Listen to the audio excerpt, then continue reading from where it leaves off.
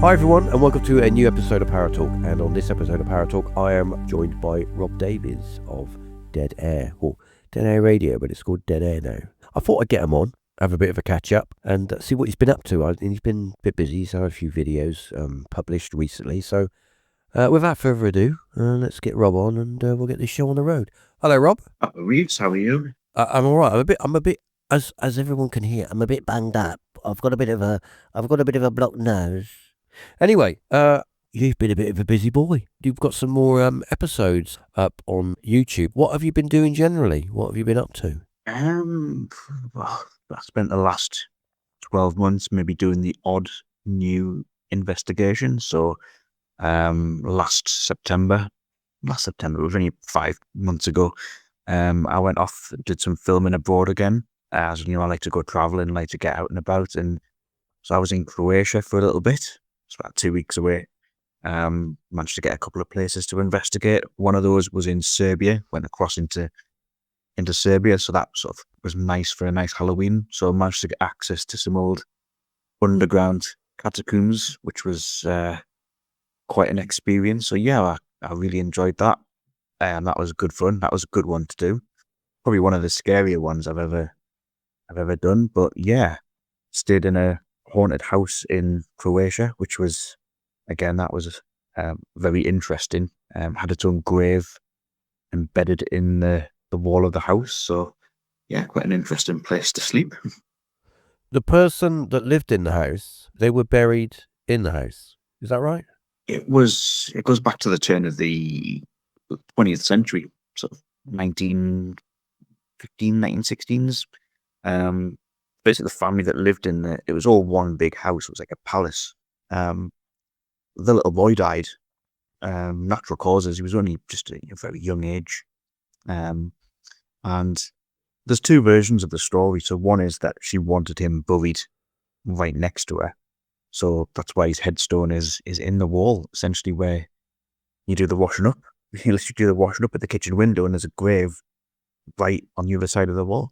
The other version of the story is that he was buried in a graveyard, which became sort of disused, abandoned, and she wanted to rescue the headstone. I personally think this is the more realistic version of the story. She rescued the headstone from being obviously destroyed, and then they become part of the house. But the house itself, it's buried on an old burial ground. I know that sounds like a very cliche thing to say about haunted houses. It's built on an old burial ground, but yeah, the house backs onto an old park where they used to execute people back in the 1600s, including witches, and they would just bury them in unmarked graves, and this is where the whole street was buried on. So yeah, the whole place has got a lot of history. It's a very old town in Zagreb. It's very sort of medieval, oldie worldy kind of look. Since we last spoke, I know you've had a few investigations. How is the evidence? Did you have any moments where you were like, oh, that's a bit different? Let me think. So we did the catacombs in Novi Sad. Again, I thought they were people. Cause I think I said it on the last one when we did the Transylvanian forest in Hoyabachu, that they feel really tranquil when you go into them. People hype them up as being this, one of the scariest places on earth. And then you go there and you end up feeling really sort of chilled out. And I kind of got the same vibe going in the catacombs. I was probably a little bit more on edge for non-supernatural reasons. So things like there was obviously snakes down there, and there was wild dogs, stray dogs wandering around. So you're obviously a bit more, that element wasn't sort of very comforting. But yeah, in terms of the paranormal, I think the best one I did was in a Masonic Hall. I recently did a Masonic Lodge in Northern County Durham. Again, I've never ever done a Masonic Lodge before until this point. And I know up north, I don't know whether they do them in other parts of the country, but they're really popular up here, up in the north of England for ghost hunters doing it, because I don't know whether one's done it and then the other one says, oh, this is a good way of bringing in a little bit of income. So, yeah, I did the Masonic Hall. I've never really sort of got into it. I've always been a castles, prisons type person. Right. And then I started looking into these Masonic lodges and the rituals that go on, and it was quite an interesting place to go and investigate. But it was a strange place. You open the temple room and you're hearing all kinds of little knocks. I mean, environmental reasons, it could be things cooling down. Or the night I happened to go up and film, it was a really windy night, so you were hearing noises outside. Yeah. But yeah, it was very strange. Once that door closes and you're in that room, it's a very strange room at a Masonics, a Freemasons temple. We've got a few of those. We've got one. There's one down here, and there's another bigger one in the city of Bristol. I always wondered about that. You know, why don't people go and do investigations in those kind of places? Because they're very sort of there's a ritual, isn't there? There's everything's a ritual there. So I would have thought maybe, how was when you did your investigation? Did you feel any different, or was there anything odd that happened? The only unsettling thing about these lodges is they do have real human bones in them. And that's part of their ceremony, is that they have these bones that they can use for part of their rituals. And I don't know much about them. It's all a very secretive society. So I don't know if you've got Freemasons that listen to your podcast, but it's one of those things where you ask, you don't get told, because it's obviously, a very, very closed society. But they have these bones, and you've got to be really careful, because I've got a friend who is an archaeologist, and he told me that it's actually against the law to use human remains for entertainment purposes. So I had to be really careful about filming that I wasn't perceived to be essentially using this real human skull for an entertainment purpose. It was purely just, okay, I'll not touch it. I'll just leave it over there, so it's in view, but I'm not going to interfere with it. So that there is a grey area about it, but he only told me that like afterwards. So luckily I hadn't really sort of done much with it. But yeah, apparently a lot of these Masonic halls, I think it's something that's gradually fading out a little bit. They're doing it less and less, but they're using these real skulls. And apparently the one that they've got in the Masonic hall I filmed in was a former prisoner at Durham jail, and they acquired it through medical science. So it's one of those, but again, they don't know much about it themselves, but it's all very, very much a secret thing. But yeah, I was talking to a friend of mine in Ireland about Masonic halls, and he was saying, "Oh, if we ever go near one of them, you get chased away. You're not allowed in them." So he was really amazed that over in the UK that we can, well, certainly in the north of England, we can go in these places and do actual paranormal investigations, which is, and to be honest, I've only seen people up north. I don't know if they do them in other parts of the UK, but I think a lot of them know each other. They're a big community. So one does it, another one does it, another one does it. But there's 4 or 5 up in the north of England that are available for investigations. But I wanted to make a video just about the Freemasons, obviously, showing them a bit of respect. They obviously do what they do. And obviously just maybe educating people, because obviously a lot of people don't know what Freemasons are. It's a very, very, I think it's the world's oldest secret society that's still going. So it's interesting, but there's obviously a lot of myths and misinformation about them that gets spread around, and yeah, but the whole thing was interesting to do. Well, I have got a little story I can tell you about secret societies. Well, I mean, I suppose it kind of flows in with what you're saying. And this goes back 20 years, 20 years. So, as people know, the late Gareth Davies, my partner in crime, my co-host of ParaTalk version 1, was into all manner of paranormal things. And he was into, you name it, he had an interest in it. But one of his main interests was like secret societies and stuff like that. And he heard through another person that in his area, at the time where he lived, that there was a church, and it was connected with the let's just say everybody knows that there's a particular church out there that you can join, and you give them all your stuff. Let's just say that. And he thought, well, I'm going to go on and let's go on an investigation. Now, before Gareth and I used to do a podcast together, he had another podcast called Nervous Teeth. Now we're really going back here. Some of the listeners are going, "Oh my God, this is like ancient history." But his co-host that he used to work with doing that podcast, he's no longer with us as well, unfortunately. But they decided that they were going to do a Nervous Teeth special, and they were going to go to this church, and they were going to film it and do a little bit of a stakeout, because apparently, men in suits are seen coming in and out of this church, and cars were pulling up and all this kind of stuff. And he thought, I'm going to debunk this, and we're going to do it as an episode of Nervous Teeth, a podcast episode. So they go there in the car, and they're in the car park, and they're waiting, and and they see vehicles coming and going, and they see men in suits coming out with shades on, and just like the Men in Black sort of thing. And then the men in suits start to take notice of Gareth in their car in the car park, and they're thinking, have we been busted? Are the cops gonna turn up in a minute?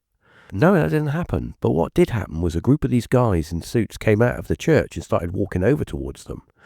And then Gareth's like, okay, it's time we go now. And as they drive away, these guys start running after them, proper pegging it after them. So they drive out of the parking lot and off they go. Gareth drives away. And I remember seeing a short clip that they got as they were driving away. I put his camera on and did some videoing, and he got maybe a 15, 30-second clip. And he's filming at the back of the car, and you can see these guys behind in suits. It was like something out of a alien abduction film where the Men in Black are coming to get you, sort of thing. It was the most bizarre thing. But yeah, so he did a bit of a stakeout, and I'm thinking, when you think about that, you think that some of these societies are very closed off, and it's interesting that you can go in and over here, and you can go in and you can do an investigation. But one of the other thing I was going to say, when you mentioned human remains, I'm just wondering, what do you think about now Chillingham Castle? It's a castle over here that was. It's quite old, 600 years, something like that, 600 years old, something like that, 600, 800 years old, it's a few hundred years old. It was lived in by, a well-to-do people, and then it was left, it was in rack and ruin, it was bought. Part of the castle was extended because they wanted to make it into a home, and they wanted it to be more of a house kind of style thing, so they built onto it. So a lot of the outside of the castle is now inside, but if you go down into the underbelly of the building, you could actually go into the oldest part of the building, and down there is a little tiny room that's no bigger than a public toilet, I suppose. It's like a tiny little room, and in this room there's a seat that's carved out of the wall in stone, and below that there's a grate on the floor. And this was the castle jail. And when you look on the wall, you can see all these names on the wall, which go back hundreds of years. And you can see under the names, you can see the little scribes, right, of the people that lived, that were, that was their home. They were locked in there for an eternity. And one of these names, right, it's scribed on the wall on this piece of stone.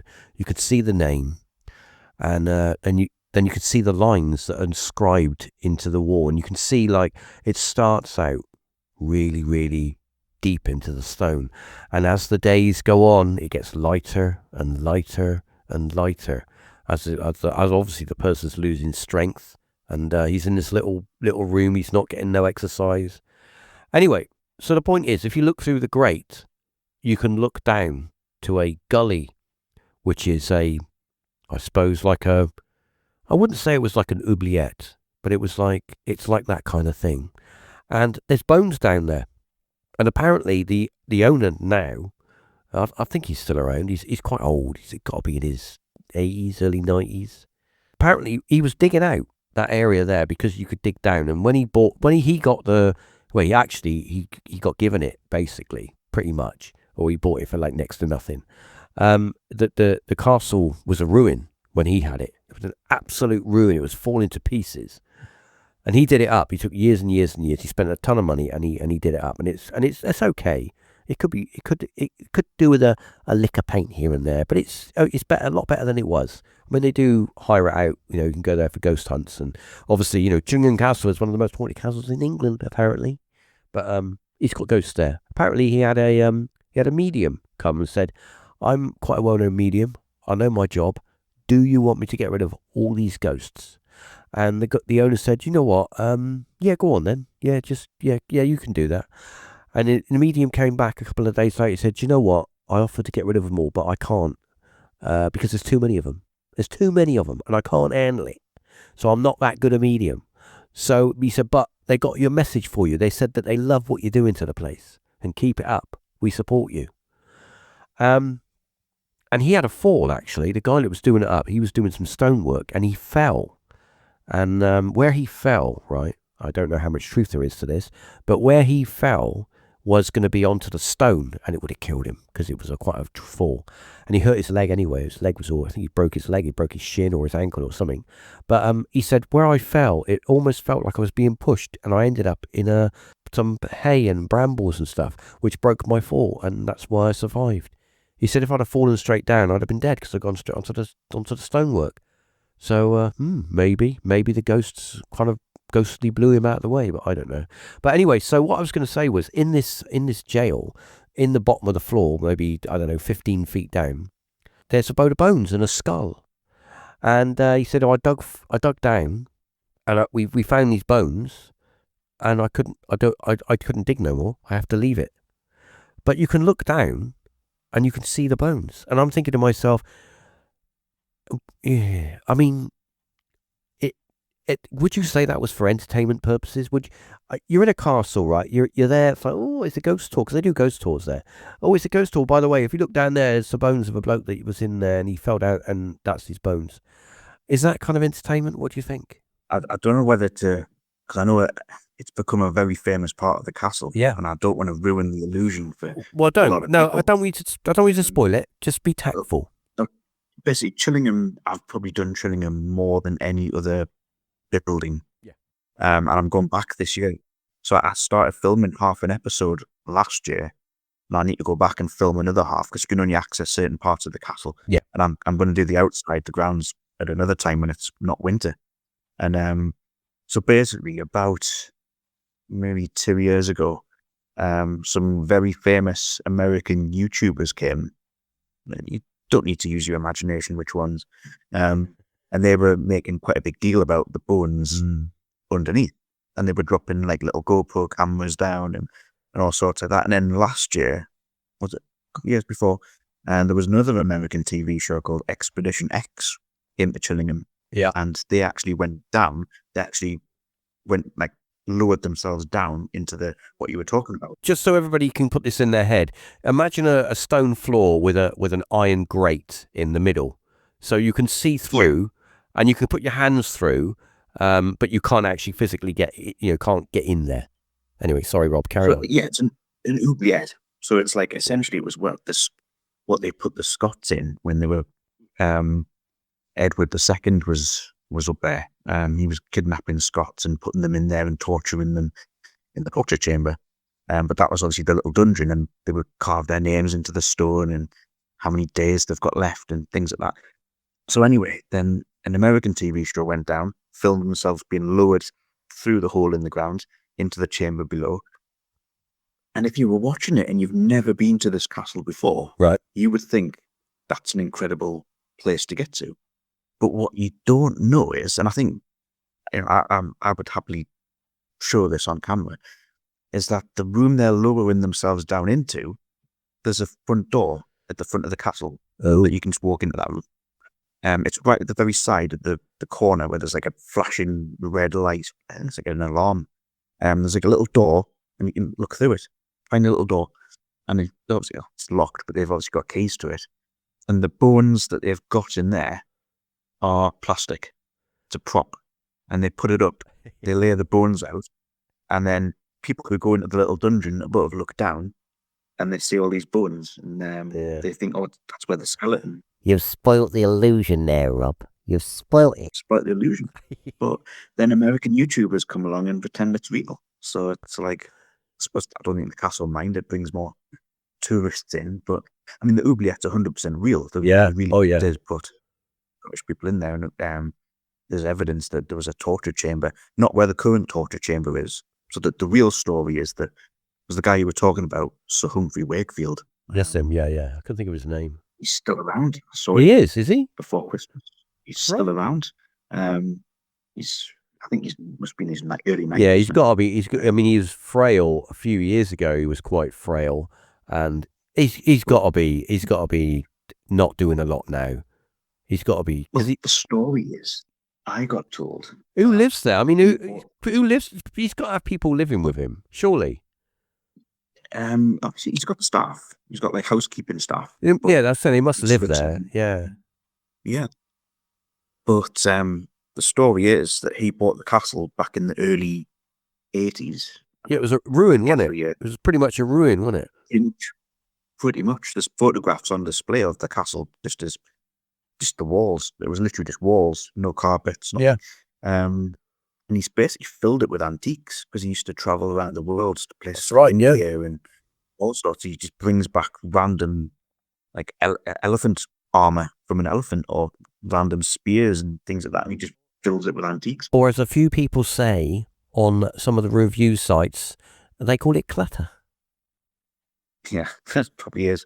Some of the rooms you go into that you don't see on TV, you've got to literally walk around boxes and all sorts. But the story goes that so that if you go in the castle now, a lot of the YouTubers go in there and they talk about this torture chamber because there is a room, big barreled roof, and it's got the rack, it's got the Iron Maiden, it's got the guillotine, it's got all these chairs with spikes on it.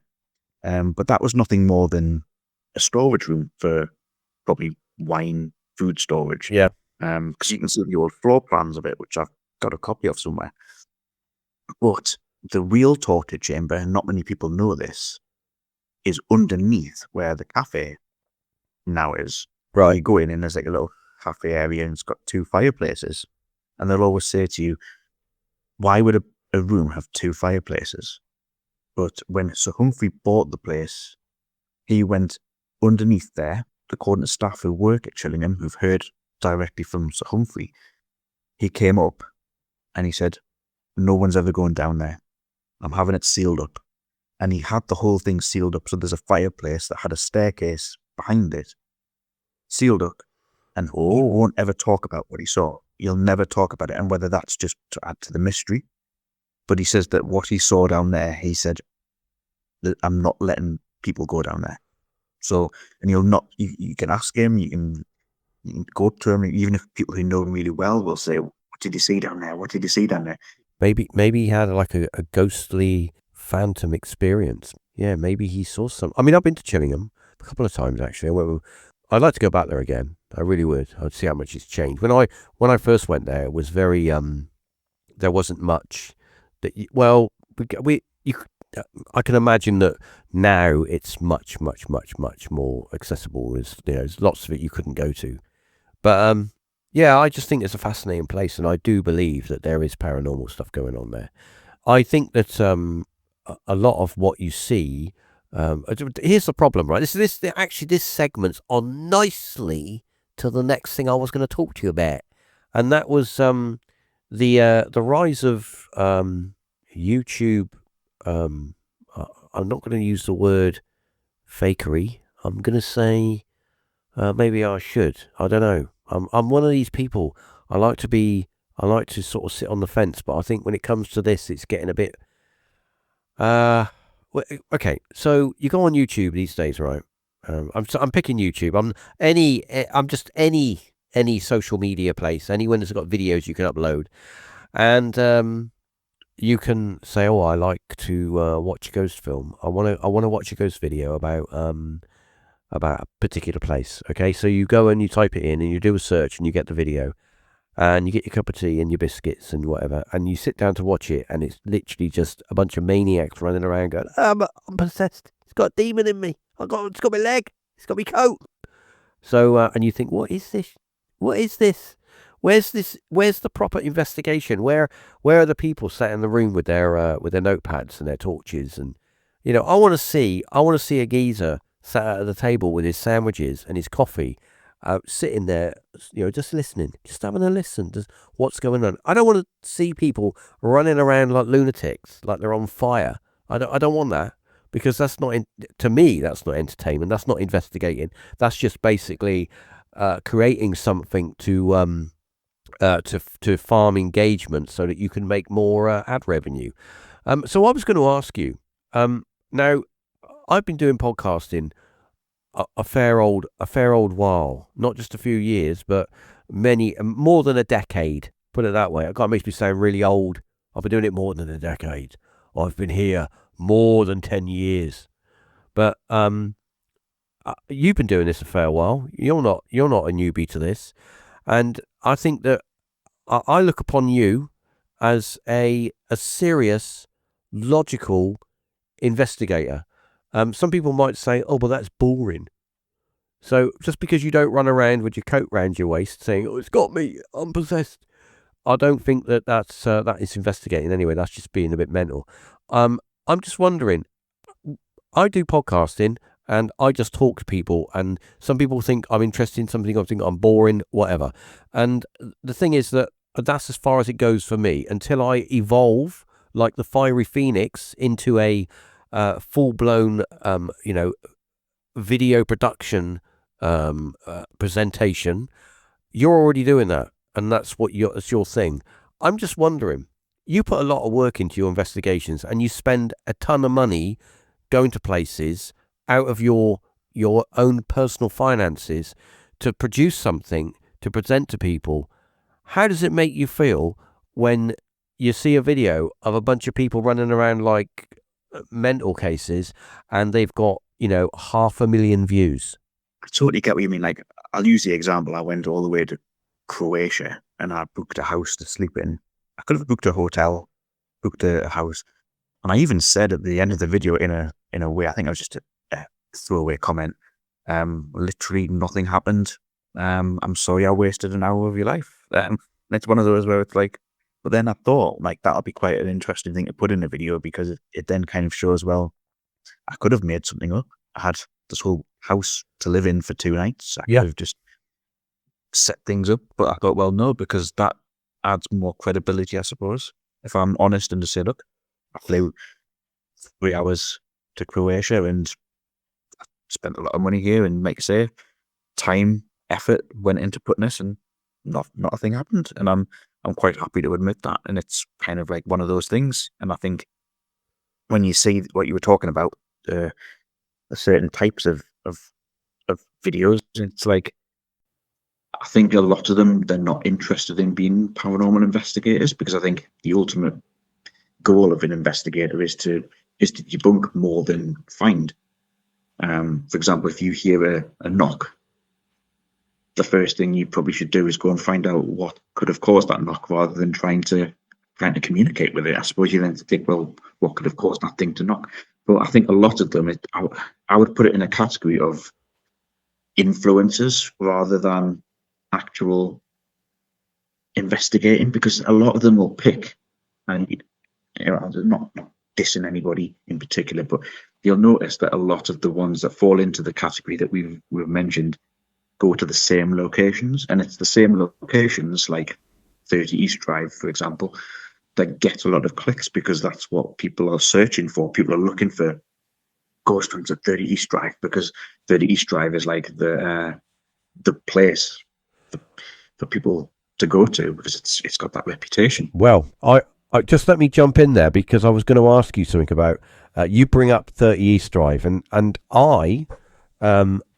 I'm on the fence with that place. Now, I do know, and I've had people that I can say they're not liars, right? And they've told me stuff that, a lot of what happens there doesn't actually happen. It's man-made, shall we say. Yeah. And other people that have gone there have genuinely had an experience. And it might be a little thing.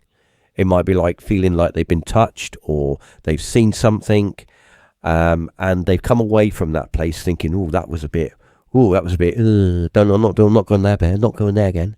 And I'm wondering, right? I'm wondering that if you see these venues, right, over and over again, that allegedly things happen, and then you go there, you've already been front loaded. I mean, I'm quite a logical person, right? And I'm also, I'm not going to say I'm a skeptical person, but I do like to always second guess. And if I have an experience, I'm like, hang on a minute, let's just look at all the logical things it could have been. And if I can rule all those out, then obviously it's a bit weird. So if you go to somewhere like that and you've seen all these videos and you've seen all these people having experiences of telling you, I was there and I saw this monk and I saw this witch come out the chimney and, it was awful. And then I left. And you've got all that in your head and you go there and then you've got all that flying around in your head. And then so in some way you're influencing yourself to maybe have an experience that has been manufactured through all of that stuff you've heard. And I'm just wondering, with places like that, you can make a lot of money. You can make a lot of wonga from a place like that by charging, and it's not cheap to do an overnight there. It's not cheap. We're talking a week's wages. So I'm just wondering, is that possibly a thing where you see, a lot of this stuff goes on and people go, okay, well, we're going to go there, but we feel that we have to emulate what's happening there because we got to make our money back. Yeah, I think another problem I've got with East Drive is that the history is very, I'm trying to think the word. Ambiguous. No, not so much ambiguous, but very much ambitious, maybe more. Because they claim to say that the house itself is built directly on a well, and that there was a monk thrown down the well, and that's where the haunting comes from. But there's no evidence of it.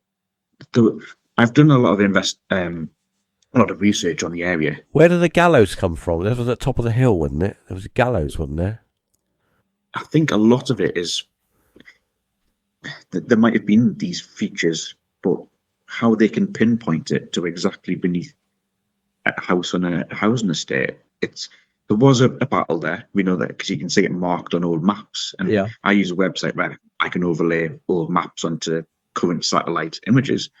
And there was a battle about 300-400 meters away. And there was also a hospital for infectious diseases. Probably, if you've seen East Drive, there's a little roundabout opposite it, like over the road. The other side of that roundabout, there was a hospital there on, I think it's a park now, but it wasn't where East Drive was. And how they can pinpoint that the house was built directly above a well, I don't know. I mean, what they were talking about, the battle and the castle at Pontefract is true, but to link that specifically to one semi-detached house is, I don't know. For me, I always like to go to places where I can verify the history first, rather than it's claimed by people who make a lot of money. I mean, I'm not knocking East Drive. I think if you're interested in East Drive, go. So I know a lot of teams go there, a lot of content creators go there. Like, go and do it. Spend the night there. But for me, I'm not really that interested in it, to be honest. Do you think it's been overdone? Do you think it's been saturated where everyone? It's like what's his name? Humphreys, Ram In. It's like the Ram In has kind of been done. Just to pardon the pun, but it's been done to death. Yeah, I think with East Drive, a lot of people go there because they know it's going to guarantee you a lot of views, a lot of clicks, because it's like any video that's got East Drive in the thumbnail, people watch it. I mean, if you're doing a fair enough investigation, then fair enough. If you're genuinely going to go there to set up experiments and to really test if you're going to get paranormal activity, then do it. And as long as at the end of the night you come out and say what you genuinely got, then fair enough, do it. Or if you just want to thrill, the idea of sleeping in a house where, I mean, I've got a friend who went there and they watched the film.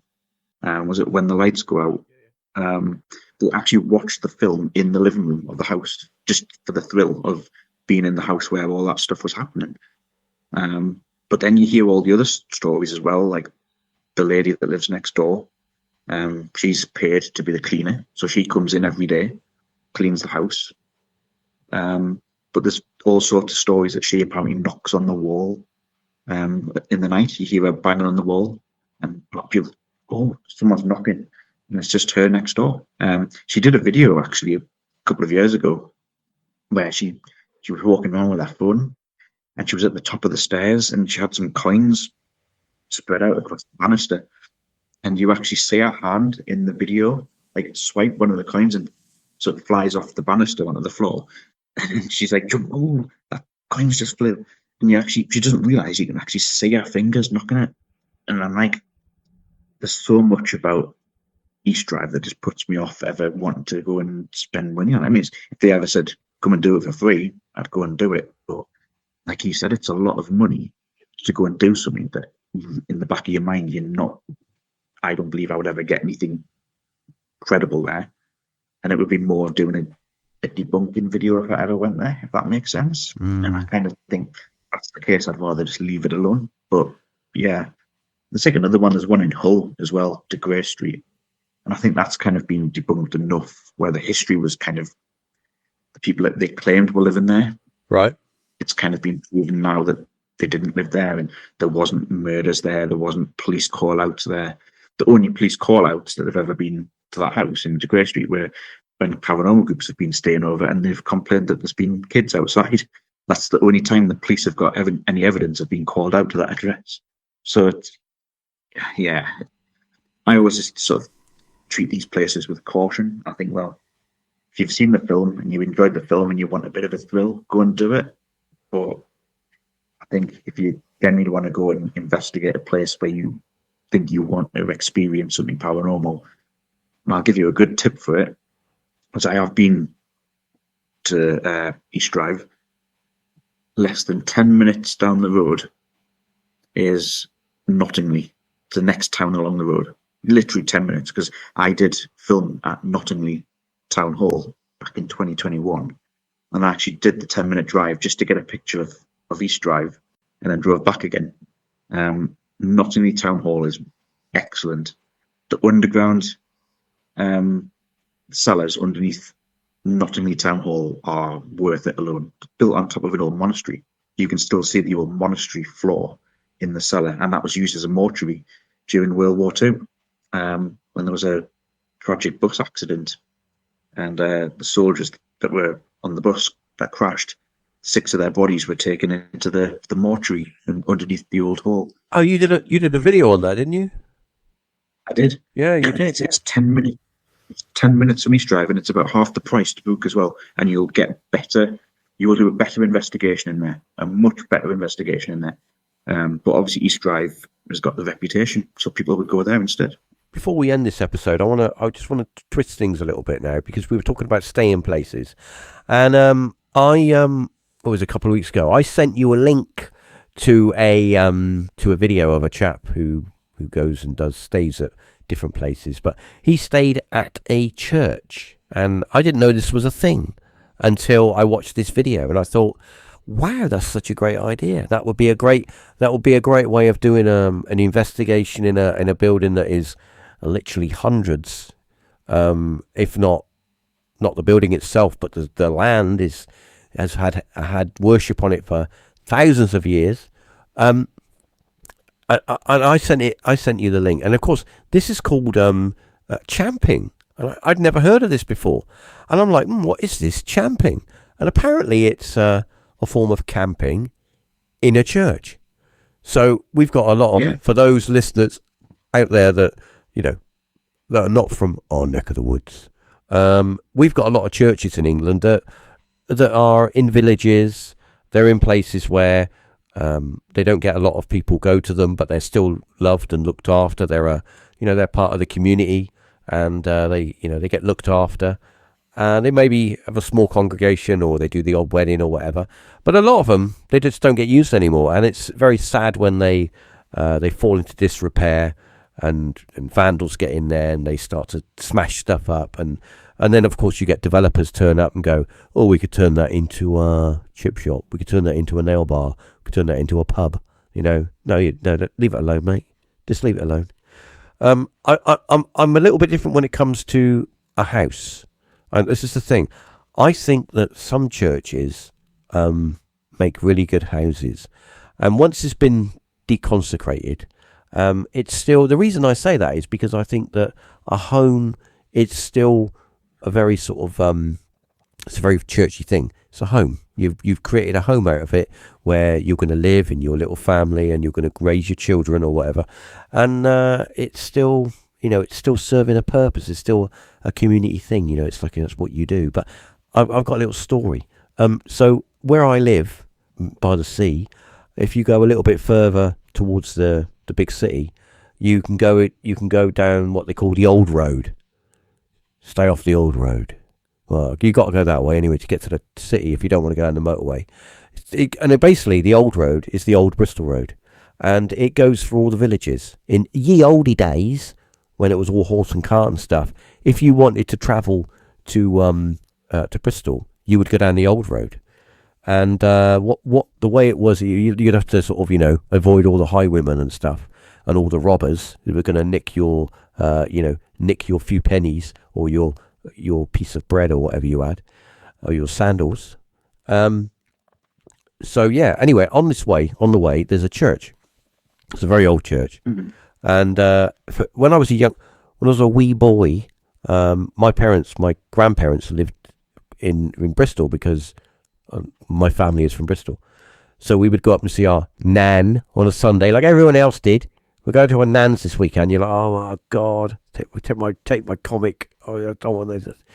You'd always like, when you go to your nan's, you'd always like watch the telly, and they'd always turn the sound right down, and you'd be trying to watch the TV, but there's no sound.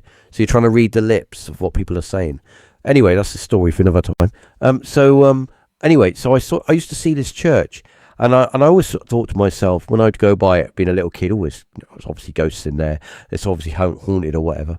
And then all these years later, I noticed that somebody had bought it, and they were refurbishing it. They were doing it up. And what they've done is pretty ingenious. So they've made the church into a home, but they've kept the church looking like a church, which is pretty cool. And I'm sure there's some stipulation there where they can't change it too much. But what they've done as well, the graveyard, because the graveyard surrounds the church, and there's a pathway that walks the gate at the front. There's a pathway that goes all the way up to the front of the church, the big double doors, which is now their front doors. What they've done is they've landscaped all of the graveyard, so it's all been cut back and all been made look nice.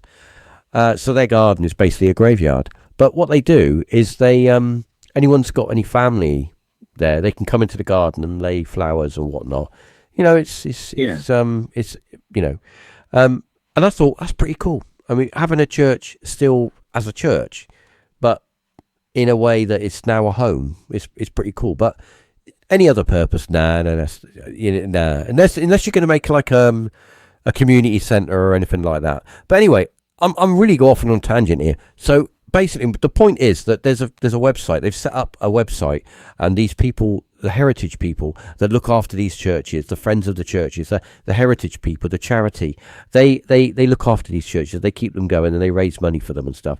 They've come up with this ingenious idea where they rent the church out for a night to individuals, groups of people or single people, depending on the size of the church.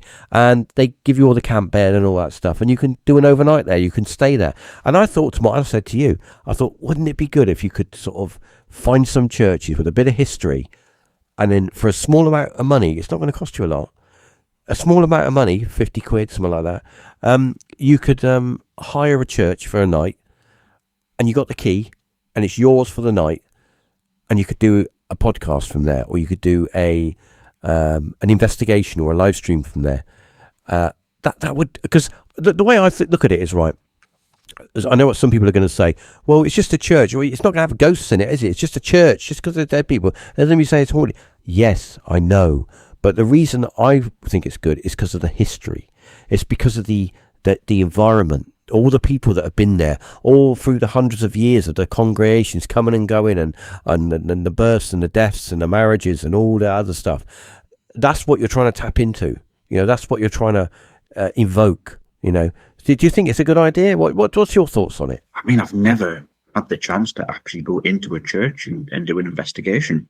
There's probably a handful of churches I would do if ever came up on the as the possibility, and one of them is the church in Todmorden in sort of West Yorkshire.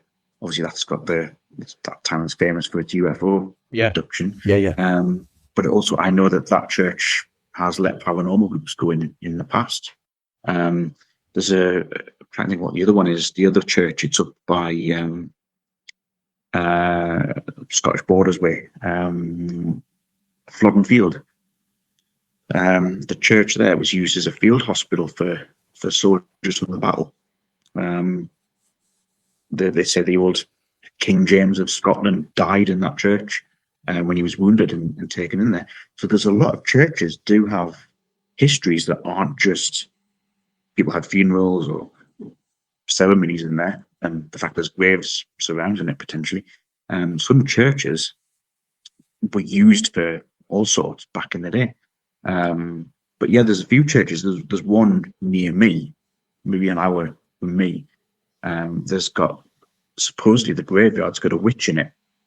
She was buried in an unmarked grave in the graveyard, and one of the stained glass windows of the church has apparently got some sort of record. I've not been up. I've not seen it myself. It's just something I've read about years ago. Yeah, totally. I think there's a lot of churches that have got a lot of history, but maybe from the paranormal point of view, we don't know. But another one I would love to do is I'm planning to go up and film it, not so much for a ghost hunt, but the church in Newby Hall. So it's a big estate, and you've got a church on the estate. One of the most famous ever photographs, supposedly of a ghost, was taken in Newby Hall. It was called the Newby Spook, and it's at one of an altar, and you've got this figure standing on the altar, and it looks like it's wearing a scream mask. Yeah, like a cowl as well. Yeah. It's one of the most famous ever photographs supposedly showing a ghost.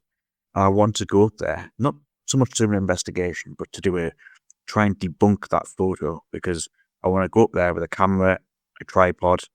I want to try and recreate that photo by standing there trying to say, well, how tall would it be? There's a lot of myths out there saying that this thing would have to be like 9 foot tall if that was the real thing. And I want to go up there and just spend a couple of hours in the church filming it and just trying to, could I debunk, is that really going to be a ghost, or is that just some sort of camera illusion? Is that hoax, or what was it? There's another one really racking my brains. You most probably will know the one I'm on about. It's another altar one. Back in the olden days, obviously, you had to do with timed exposures, have long exposures on cameras. The film was less sensitive, so you had to expose for longer. So the guy was photographing the interior of the church, and he left the camera like exposing for a few minutes, and he popped outside or whatever. He wasn't in the vicinity of the camera, and the cleaning lady came in and started cleaning the bottom of the altar bit, and then she got up and walked away. And of course, when he developed the film, you see this kind of apparition of a lady like knelt down, cleaning the. Well, we don't know she's cleaning, but apparently it transpires that it was the cleaning lady. But when you look at it, it's because she's not there for very long. She's not very sort of solid, because obviously she's not made enough of an impression on the exposure of the film. And I'm thinking the one that you're on about, it was actually tested. I think it was tested by, I can't remember if it was Kodak or someone. They tested it and said it wasn't faked. It's not like it was a double exposure or anything, but whatever it was and however it was done was there at the time. Yeah, there's a few like that. There's the one with the American, I think the American tourists, when they took the picture of the come on the steps in that what was the name of the building? Oh, my memory is so bad. With the hands on the railing of the stairs going up, and they took a photograph with a small camera. And when they got back and developed the film, they saw this spectre of this whatever it was going up the stairs. But fascinating, those kind of pictures. I remember seeing them I used to get the Unexplained magazine. My dad used to buy it way back in the olden days. And he used Yeah. to give me when he'd finished with it, he would give me a copy to read through. And I remember seeing those pictures in there. And that picture you're talking about, was the big spread on that one, talking about it and the history of I didn't really know back then what I was reading and stuff. I was just reading and looking at the pictures, but that sort of sticks with me. It's a very famous picture, that, and it's like the one with the white lady coming down the stairs in what hall was that? I can't remember what the hall was. There's a lot of skepticism around that picture. People say, "Oh yeah, it was staged, it wasn't real," and other people say, "Oh, it was real." So you don't know. You weren't there, you don't know. And once again, it's like you can only speculate.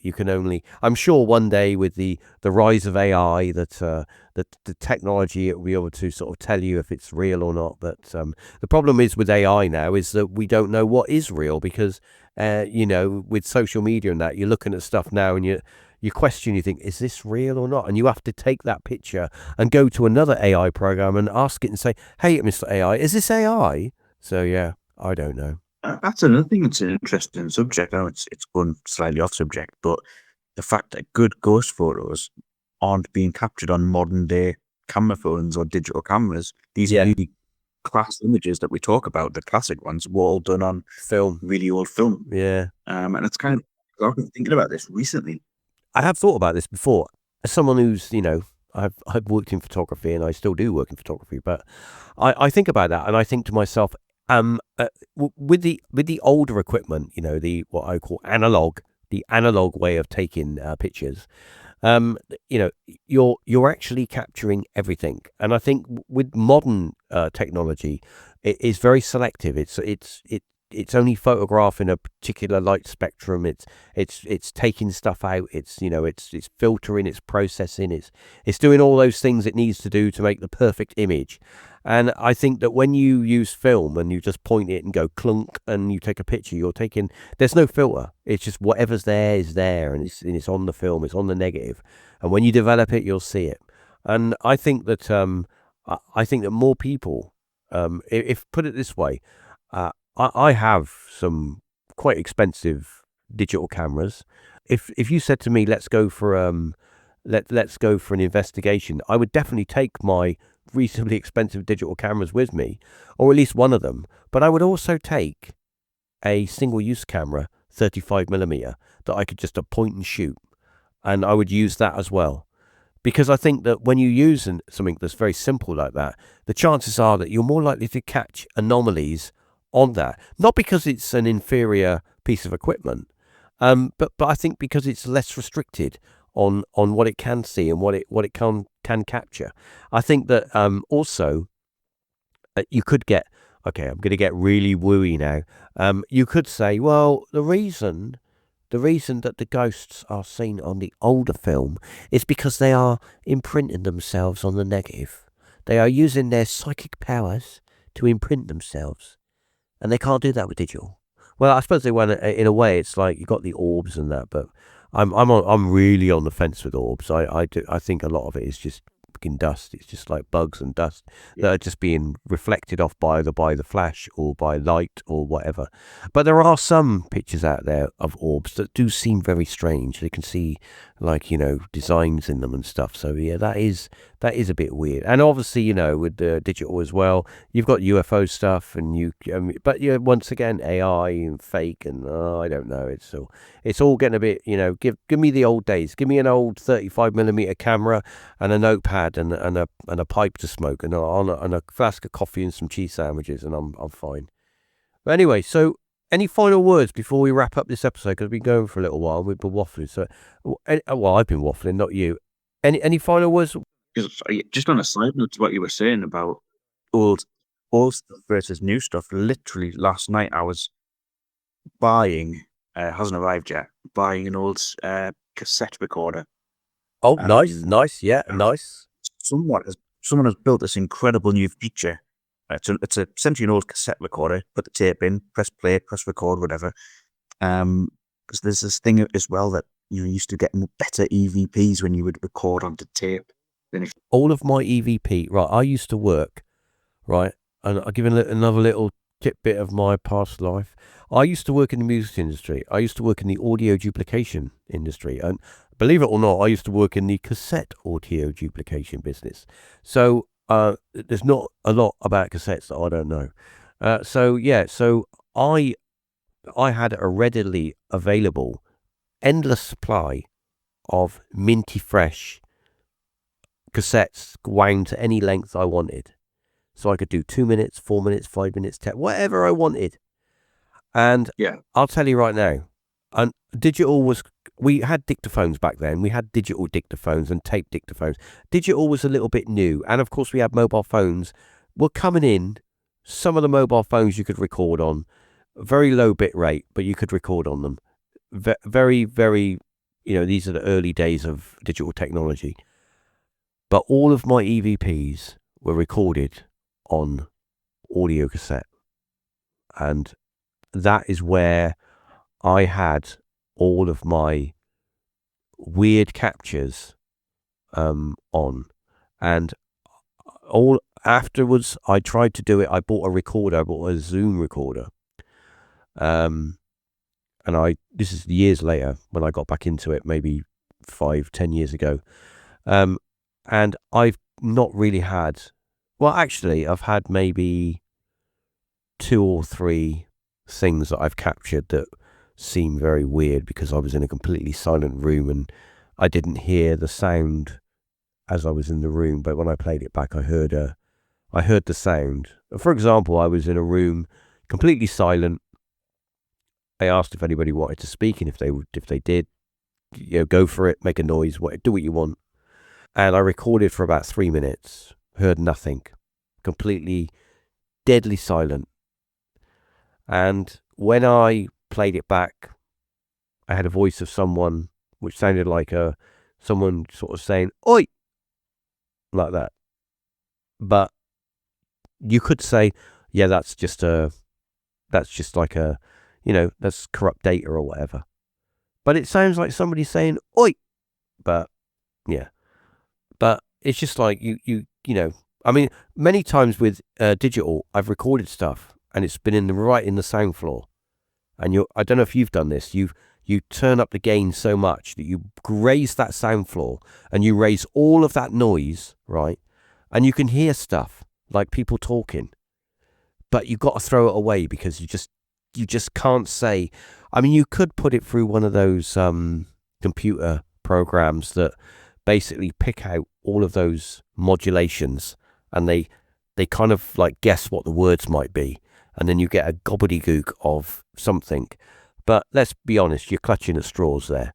And there are people out there that have done that and uploaded it to one of the bigger video sites and gone, well, I was in this house and I've got these people having a comment. No, you haven't. You're not telling the full truth, my friend. You're making a story up that is not particularly true. But that's just me. I stuff like that, I've thrown away so much of that stuff. I've gone, delete. It could be like a disembodied spirit going, help me, please, help me. And he's not very good at it, and he's not. But I've just deleted it. He's gone. He'll have to wait another 100 years and try it to somebody else. But I do think that you are right. I think the older technology is more open. It's less. It filters less, and I think it'll be interesting to see what you get. It'll be interesting. Yeah. I'm looking forward to experimenting with it. The problem is, Rob, with audio cassettes is it's not like you can upload that sound file, right, straight to a computer and then glance through and go, oh, there's a peak there, there's a peak there, there's a peak there, there's a peak there. You got to literally, well, this is the way I used to do it. You got to sit through it, yeah, because here's the thing, right? If you're going to do an hour-long recording, you get yourself a C90 or whatever, a C60 or whatever, or C25, boot special for copying your mate's games, C25, front and back, A side and B side. Get quite a lot of Spectrum games on that. But anyway, so if you're gonna do it on cassette, right, which is really good, get yourself a half decent microphone around the same era, so it all sort of matches up. Remember those little plastic ones with a little stand? So get yourself a microphone. So basically, once you get the microphone, you get away from all that motor noise. Because if you're using the internal microphone, the problem is you're going to be recording that motor noise. And if they've got a squeaky cassette or whatever, you're going to be recording that as well. Plug an external microphone in. You can pick them up. You get an older one. You can pick one up, and then plug it in and get it away from the cassette recorder. Because then you're going to get a nice clean recording. But here's the thing, right? Here's the thing. The thing with analog is you physically got to, once you've recorded that cassette, you've got to go back to the beginning, put some headphones in and push play, and then that's your whole evening gone. Because you've got to listen to all of it. And there's no point. The problem is, if you take that sound file and go, oh no, I'll do it the quick way. I will put it into a computer, I'll digitize it, and then I can use AI to go through it and find any what sound like voices or whatever. As soon as you digitize it, you're spoiling the data, because you're not listening to the original recording. You're listening to a second generation. You're listening to a copy of the original recording. Therefore, any blips or blops or anything that's kind of gets created in the transfer is you could say, oh, it sounds like a voice. That does. You don't know. Your brain's telling you that sounds like somebody saying bananas or whatever. And so you might it down as bananas, when it's just a bit of corrupt data that when you were doing the digitization. That's just the way I would do it anyway. But then again, as I say, I'm old school. But there you go. Yeah, good idea, Rob. Try it. Would be interesting. I mean, I did a lot of EVP back in the day, and a lot of it, unfortunately, I've moved a few times since then, and some of my stuff I've lost, and I really don't know where it's gone. And I think it's one of those things where you put it somewhere and you think, I'll put that there because it's safe.